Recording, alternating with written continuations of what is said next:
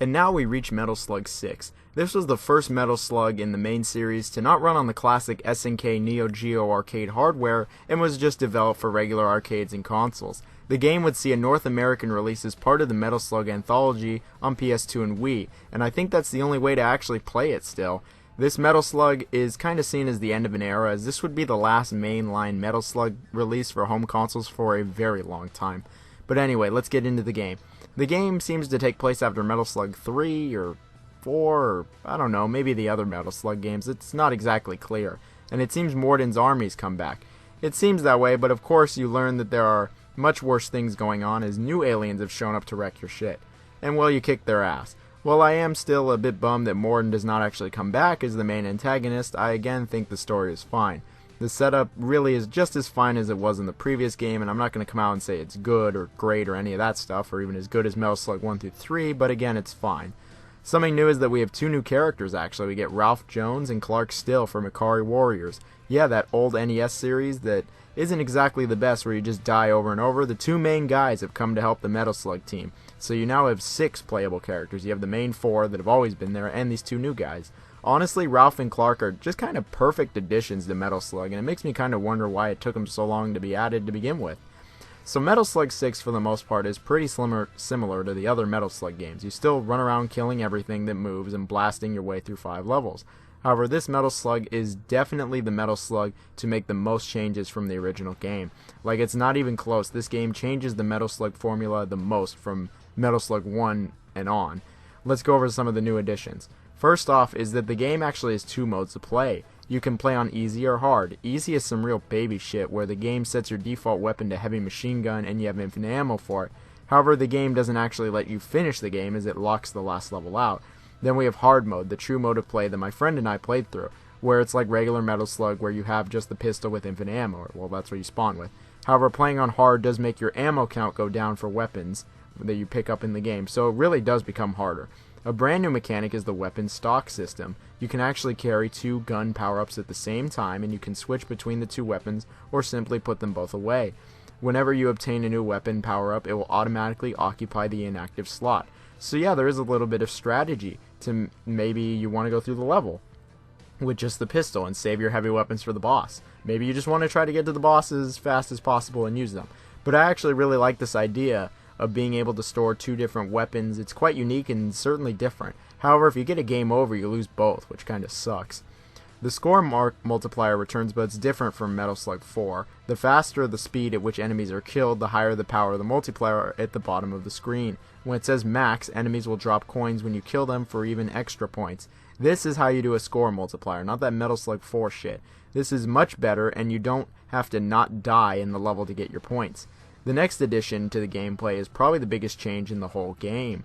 That change is that each playable character now has their own unique attributes. In the previous 6 games, all the characters were identical apart from appearance, but that is totally different in this game. Everyone is totally different from each other. Some characters are faster than others, some characters have more defensive ability and slugs, some people have more ammunition, and some people do more damage. In addition to that, everyone has their own special ability. For instance, Marco has twice the strength of everyone else. Tarma has extra durability in slugs, and he has a special gun in them. Theo begins every mission with a heavy machine gun no matter the difficulty. Ari has twice as many grenades when she spawns, starting with 20 instead of the usual 10. Ralph has probably the most unique ability, where his melee attack speed is doubled, but his ammunition for bombs and weapons is halved. But what makes him stand out is he can take 2 hits. Yes, he can actually get back up after getting hit. Clearly a reference to Ikari Warriors, where you respawn quickly with ABBA. And Clark gets a unique melee move where he's invincible and receives more points than anyone else. This adds quite a dynamic change to Metal Slug as a whole, as now your character matters. It almost adds a little bit of strategy, what you want for the current situation. Do you want bombs? Do you need more ammunition? Do you want to take an extra hit? I played through most of the game as Ralph, and I was able to take a lot more punishment than any of the other characters ever, and I basically had no ammo the entire game. It's a really unique addition to Metal Slug, and it's kind of surprising to see something this dynamic added in the 7th game. Changes to Metal Slug as a whole were not very plentiful at all, but this is a decent change. This is definitely a decent change. But I think it's actually a really unique addition, and it's kind of unknown, as most people think Metal Slug has just kind of always been the same, but this quite changes it up a bit. but it might be even more unknown because it was never released in the West, in arcades. Now, when it comes to any other additions to Metal Slug 6, there is some new vehicles. All the weapons returned from the previous couple games. There is a new weapon where it's this kind of beam sword thing. It is very short range and very limited ammo, but it does a lot of damage. It's also probably the rarest weapon in the game, so I forgot it was even there. Something gone, though, from Metal Slug 5 is the slide. The new slugs in the game are the Donkey Slug, which is basically the camel, where it's just an animal with a gun. The Slug Digger, which is a digger that goes down. You actually have to drill through the dirt and is one of the most unique vehicles in the entire franchise. You actually have to dig through the ground, and if your vehicle gets destroyed, you die. You can even drop, like, mines or something similar to that. Then there's the Slugzoid Z, which has 2 giant cannons on it. And, of course, a bunch of the older vehicles returned from the previous games. But those are the new additions to Metal Slug 6. It does change quite a bit, like I said, to the formula. Something else is that's worth bringing up is that there might only be 5 levels, but these are some really hard levels. I mean, my friend and I played through the game on hard, of course, and we thought it was going to be hard, but this might be the hardest Metal Slug game of them all. The only one I think that rivals it is Metal Slug 3, but Metal Slug 3 was probably twice the length of this game. This game is around maybe 35 minutes, max 40 minutes, and Metal Slug 3 is considerably longer, but in terms of sheer difficulty in that 35 minutes, it was hard, and they are not messing around. The game is generally pretty stingy with weapons. There are just tons of enemies on screen and a lot of new ones. And the bosses are no joke in this game. I think I died to some of these bosses more than any of the other bosses in the older games. This game is just not messing around. And finishing a level and actually getting the bonus points for rescuing the POWs, good luck. Like the previous games, if you die, all the hostages you rescued, they don't count. They even add a new alien hostage. And yeah, it doesn't matter. You're not going to get any of them. This game is mad hard. The gameplay is Metal Slug to the fullest, and I'll just say it's not messing around this time. When it comes to the graphics, I gotta say it's a slight improvement over 5, not by a lot, but the quality just seems to be a bit better as a whole. The animation is still very well done, the sprites look great and continue the great SNK sprite work, they animate really nice, and everything looks really nice. Bosses look sick in this game also. The texture's really well done. These definitely looked a bit better than the previous couple games and were certainly more dynamic, and they packed a bit more detail as well. I just never had any issues with the frame rate or the textures or really the graphics at all. It's just a shame my recording was broken for some stupid corruption thing with my capture card, piece of shit. Overall, there is nothing to complain about with the graphics, pure Metal Slug goodness. Sound is a bit different from the previous games. The reason it's different is because it's not using the Neo Geo chip since it wasn't developed on the Neo Geo console.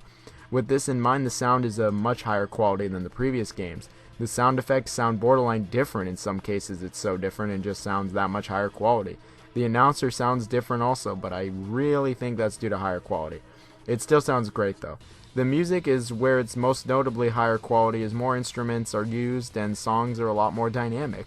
In terms of the music itself, I think it's just good. There's a couple tracks that are just awesome in this game, like the boss themes.